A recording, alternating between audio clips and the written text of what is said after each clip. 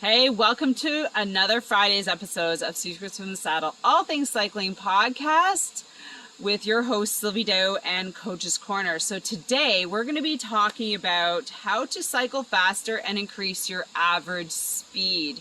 I know this is, something that's on everybody's mind who, you just want to go that little bit faster. And if you caught a couple podcasts back, I just went and did my first time trial. So in a time trial, your average speed really counts. Can you not agree? So I just want to welcome you to my backyard. I'm sitting here squinting in the morning sun. I thought I'd do my podcast outside because it's so dang gorgeous. And I apologize if it sounds a little loud, maybe it doesn't. But I'm sitting beside a really fast-flowing creek here in Chelsea, Quebec. And you know what? It's just, being outside is just so dang gorgeous right now.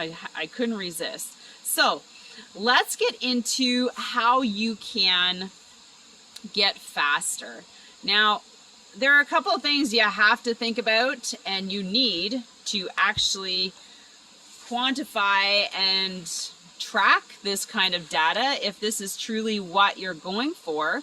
And so first thing is tracking. Tracking.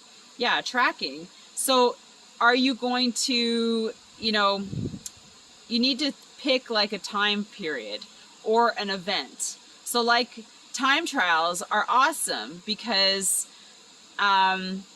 they can be quite effective.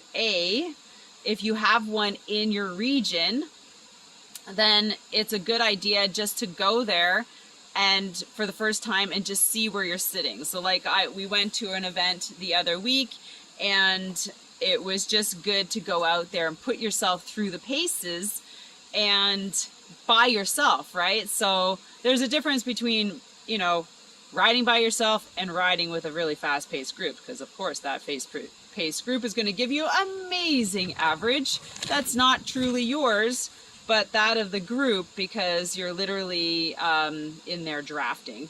So pick an event like a local time trial that is like a training time trial. It's not a serious one that you can go to and track your progress.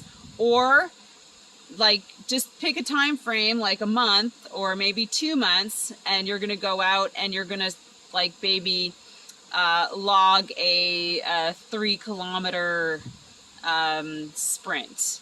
That's another really good one that a lot of people use, is how far you can go in 3 kilometers. And you can do that anywhere. You can pick a relatively flat area like road and put yourself through the paces. Now, then here's what you're going to need. If you want to track, you have to have a bike computer, period. And one that has cadence on it, which is another great way to track like your rotation, your pedal stroke speed.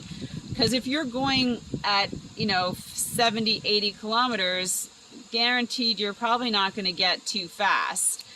What you want to be working at is 90 to 100. And how do you do that? You got to train it. So having a bike computer that has, your max speed, current speed, average speed, cadence. So this means you're going to have to upgrade to something more expensive. And you're going to have it for a long time. So just look at it that way. Then you can get on Strava. So that's a great way of, tracking it for yourself. If you have a Garmin, you can use that. It downloads to your computer. You can get all techie and use spreadsheets. But Strava is a great way of being able to compare your events, right?